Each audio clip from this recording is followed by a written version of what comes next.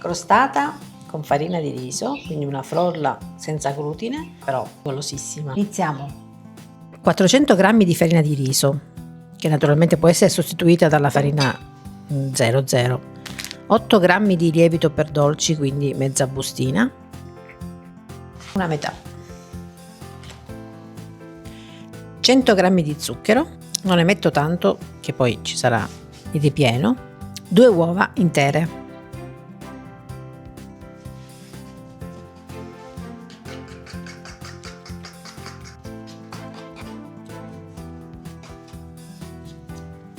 un limone grattugiato, ed entriamo col latte, 80 g di latte. Naturalmente puoi usare il latte che preferisci, anche senza lattosio o vegetale. E naturalmente, come ti dico sempre, puoi lavorare questa prima fase in ciotola. 50 g di olio d'oliva extravergine.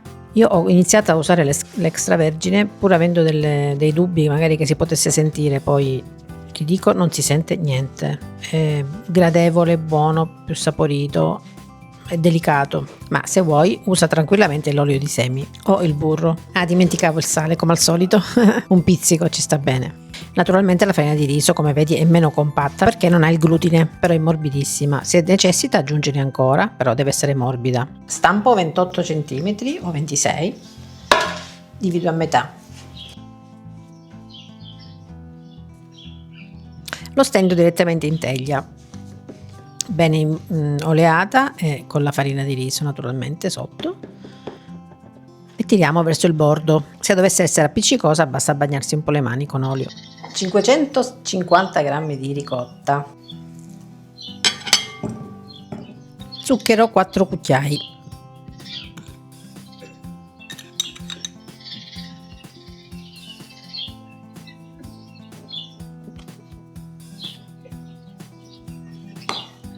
una leggera scorzetta, poco. Se una ricotta fresca, questa più consistente come la mia, possiamo diluirla con 2 cucchiai di panna da montare, qualsiasi va bene, o latte. Se invece è quella ricotta da banco che si trova già cremosa, va benissimo, senza niente.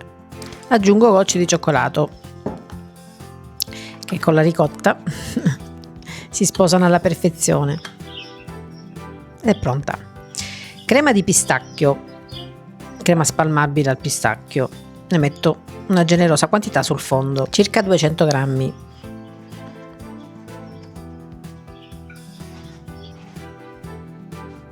E sopra la crema di ricotta. Direi una crostata che sa di Sicilia. Come sapete io amo i dolci siciliani, quindi sarà perché siamo vicini alla Sicilia. Stendo l'altra su 2 fogli di carta forno con farina di riso, vi raccomando, sia sopra che sotto, se no si attacca sicuro.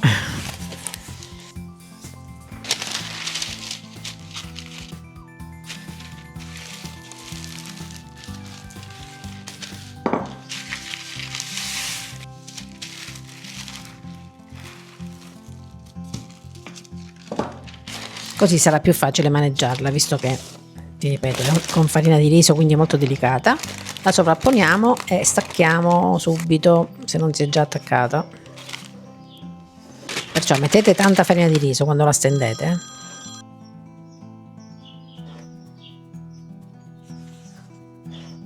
Ok, compattiamo e inforniamo a 180 gradi statico, 175 gradi ventilato per 30-35 minuti. A dopo. E voilà, bellissima.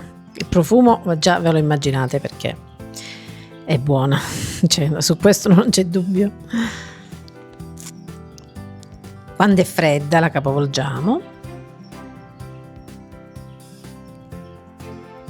e la decoriamo.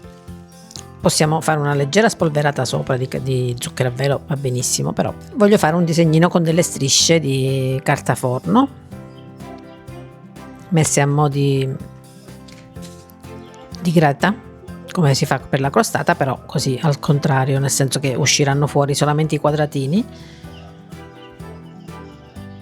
Zucchero a velo abbondante e poi stiamo attenti quando lo cacciamo, perché a me una mi è scappata, mannaggia. La fretta delle volte, ecco. Però rimediamo con delle decorazioni di crema di pistacchio.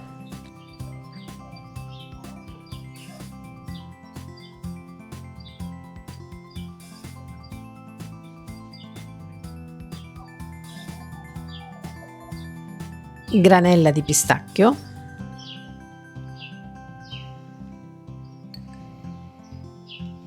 un po' di zucchero a velo solo sul bordo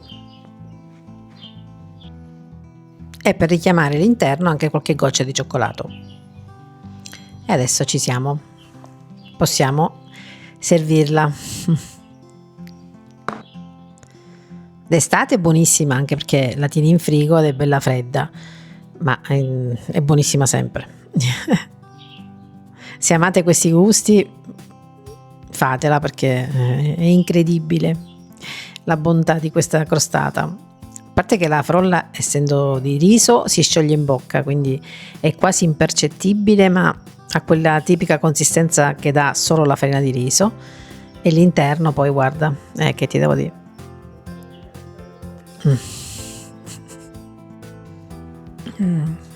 No, top, la migliore crostata che ho fatto, fatela, è buonissima.